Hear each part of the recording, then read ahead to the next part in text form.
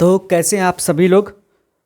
उम्मीद है सभी लोग बहुत अच्छे होंगे। आज मैकेनिक्स का एक और चैप्टर कवर करेंगे जिसमें हम टॉर्क के बारे में पढ़ेंगे। हम पढ़ेंगे मोमेंट ऑफ इनर्शिया के बारे में पढ़ेंगे। हम टॉर्क ऑफ कपल के बारे में पढ़ेंगे। बल युग्म के बारे में पढ़ेंगे। ये क्या होते हैं? जब भी कोई मशीन की बात होती है, मशीन जो होती है आमतौर पे जितनी भी आप देखेंगे मोस्ट ऑफ मैकेनिकल इंस्ट्रूमेंट जो होते हैं वो सर्कुलर मोशन के ऊपर आधारित होते हैं। उनका काम होता है कम बल लगाकर अधिक से अधिक कार्य को प्राप्त करना। मोस्ट ऑफ मशीन जो होती हैं वो रोटेशन करती हैं, उनके अंदर रोटेशनल फोर्स काम करता है। अब उन्हीं रोटेशन के जरिए हम कैसे अधिक से अधिक बल लगाकर अधिक से अधिक काम प्राप्त करते हैं, उन्हीं पर आधारित कुछ मशीनें हैं जिनके बारे में हम समझेंगे। कैसे इनके रोटेशन से हम अधिक से अधिक टॉर्क प्राप्त करते हैं, लगाए गए कम बल से हम ज़्यादा काम कैसे प्राप्त करते हैं।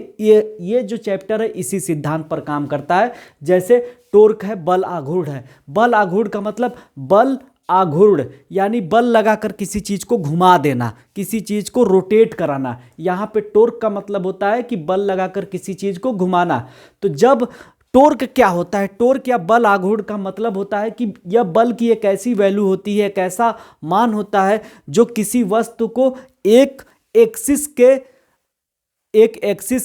चारों तरफ घुमाता है। जैसे दरवाजे जो होते हैं दरवाजे जो है एक जगह एक एक्सिस है, यहाँ पे इसके कब्जे लगा दिए गए हैं और यहाँ से हैंडल पकड़कर घुमाएंगे। तो ये क्या है, यहाँ से हमको जो हैंडल की दूरी है, ज़्यादा दूर हैंडल होगा तो ज़्यादा टॉर्क लगेगा, ज़्यादा टॉर्क मिलेगा। इसका मतलब है हमको कम बल लगाकर ज़्यादा काम हम कर सकते हैं। तो यह एक्सिस से जितना दूर हैंडल होगा उतना ज़्यादा हमको टॉर्क मिलेगा, उतना कम हम बल लगाएंगे। इसी तरह आप देखे होंगे कि ट्रकों में इंजन वगैरह आगे होता है, कार में, ट्रक में, बस में इंजन आगे होता है। इंजन से एक रॉड जुड़ी होती है जो पिछले पहियों को जोड़ी रहती है डिफरेंशियल से, ठीक है। और ये डिफरेंशियल से जुड़ा होता है एक इंजन से रॉड, और जब इंजन घूमता है तो यह जो है पहियों को घुमाता है। चाहते तो इस रॉड को बचा सकते थे, छोटा कर देते, आगे वाले पहिए से ही जोड़ सकते थे, लेकिन इसको पीछे के पहिए से जोड़ा गया। क्यों जोड़ा गया? क्योंकि जब ये दूरी बढ़ जाएगी, यहाँ पे थोड़ा सा बल लगाएंगे, डिस्टेंस ज़्यादा हो जाएगी तो ज़्यादा टॉर्क मिलेगा। तो टॉर्क का मतलब होता है बल का वह मान जो किसी वस्तु को एक अक्ष के परितः घुमाने का प्रयास करता है या घुमाता है। Measure of force which try to rotate an object on an axis, about an axis, जो भी कह लीजिए। एक अक्ष के परितः घुमाने के लिए जब कोई बल किसी वस्तु पर लगता है तो उस बल का मान ही टॉर्क या बल आघूर्ण कहलाता है। इसी तरह पानी के जहाज में देखिए, पानी के जहाज के पीछे जो पंखे होते हैं, प्रोपेलर शायद इनको बोला जाता है, ये एकदम पीछे होते हैं। पानी के जहाज के इंजन आगे होते हैं। यहाँ से एक बड़ा सा रॉड होता है लोहे का, काफ़ी मजबूत होता है, इसी से पंखे जुड़े होते हैं। इंजन यहाँ है, चाहते तो इंजन को यहाँ लगा सकते थे, लेकिन आगे लगाया जाता है ताकि ये दूरी बढ़ जाएगी। जब ये दूरी या डिस्टेंस बढ़ जाएगी तो कम बल से हमको ज़्यादा टॉर्क मिलेगा। टॉर्क का फार्मूला ये रहा, torque is equal to F into D. D मतलब होता है डिस्टेंस फ्रॉम एक्सिस से कितना दूर है। आप घरों में देखिए, अगर आपके घर का दरवाजा हो, उसका हैंडल यहाँ से निकाल के अगर यहाँ लगा देंगे, कब्जे के पास एकदम लगा देंगे, तो इसे खोलने के लिए आपको बहुत बल लगाना पड़ेगा। इसीलिए दरवाजों के जो हैंडल होते हैं एकदम दूसरे छोर पर लगाए जाते हैं, ताकि थोड़ा सा बल लगाएंगे दरवाजा आराम से खुल जाएगा। टॉर्क का मतलब होता है कम बल लगाकर अधिक से अधिक कार्य प्राप्त कर लेना, और यह निर्भर करता है लगाए गए बल और एक्सिस से बल जहां पर लगाया जा रहा है उस पॉइंट की दूरी, ठीक है। इस दूरी का जो प्रोड्यूस होता है फोर्स को डी से मल्टीप्लाई करके हम इसको प्राप्त करते हैं। इसकी यूनिट होती है न्यूटन। फोर्स का न्यूटन होता है, डी यानी डिस्टेंस का मीटर में, तो न्यूटन मीटर जो होता है इसका यूनिट होता है। इसके एग्जाम्पल की अगर हम बात करेंगे तो जो हमारा पेचकस होता है, पेचकस के काफ़ी ऊपर होता है और यहाँ पे पेच इससे खोली जाती है। ये डिस्टेंस हम बढ़ा देते हैं, यहाँ से जब हम घुमाते हैं तो कम बल लगाकर हमको ज़्यादा टॉर्क मिल जाएगा और पेंच जो है आसानी से खुल जाएगी। इसी तरह रिंच की बात करेंगे तो रिंच की डिज़ाइन कुछ ऐसी होती है, ठीक है। रिंच की डिज़ाइन कुछ ऐसी होती है, यहाँ नट इसमें फंसा होता है और यहाँ से हम घुमा देते हैं, हमको ज़्यादा टॉर्क मिलता है। रिंच से ज़्यादा टॉर्क मिलता है, नट बोल्ट खुल जाते हैं। इसके अलावा हैंडपम्प का हत्था, हैंडपम्प कुछ इस तरह शेप में होता है। हैंडपम्प जो यहाँ पे होता है, ये यहाँ से होता है, पानी को खींचने वाला यहाँ पे होता है, ऐसे लगा दिया जाता है। इस एक्सिस के प्रति इस एक्सिस के के अबाउट या अराउंड एक घूमता है हैंडल। ठीक है, यहाँ पे हम बल लगाएंगे, हमको ज़्यादा टॉर्क मिलेगा, आराम से हम हैंड पंप को चला सकते हैं। तो इतने सारे टॉर्क के एग्जाम्पल हैं। आपसे पूछेगा पेंचकस किस सिद्धांत पे काम करता है, रिंच द्वारा जो हम नट बोल्ट खोलते हैं वह किस सिद्धांत पे काम करता है। ठीक है, ट्रक के जो है इंजन से निकली हुई रॉड जो होती है वह पिछले पहिए से क्यों जुड़ी होती है। पेचकस का हत्था जो होता है काफ़ी ऊंचाई पर होता है, पेचकस क्यों लंबा होता है। जो स्क्रू ड्राइवर होता है वो लंबा क्यों होता है, क्योंकि यहाँ पे हमको ज़्यादा टॉर्क प्राप्त करना होता है। इसके अलावा कुछ ऐसे फोर्स होते हैं जिसके बारे में और हमको पढ़ना है, जैसे कपल या टॉर्क ऑफ कपल की बात करेंगे। कपल का मतलब होता है ऐसे दो फोर्स जो एक दूसरे के पैरेलल काम कर रहे हैं, यानी कि एक दूसरे के समांतर हैं लेकिन अपोजिट डायरेक्शन में काम कर रहे हैं, और दोनों फोर्स एक दूसरे के इक्वल, अपोजिट एंड पैरेलल।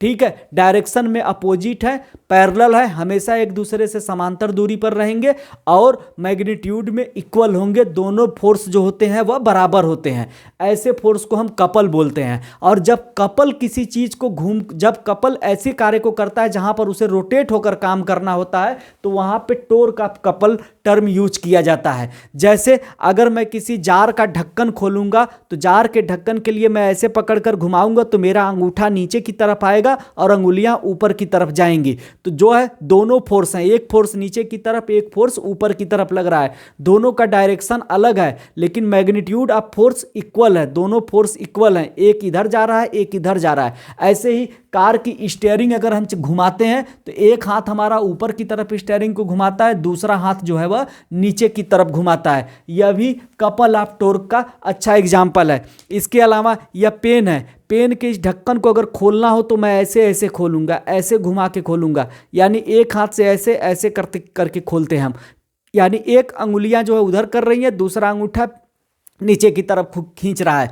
यह कपल ऑफ टॉर्क का अच्छा एग्जाम्पल है। इसके अलावा अगर हम बात करते हैं जड़त्व आघूर्ण या मोमेंटम ऑफ इनर्शिया की बात करते हैं, यह क्या होता है। It is the measurement of the tendency of a rotating body which oppose the change in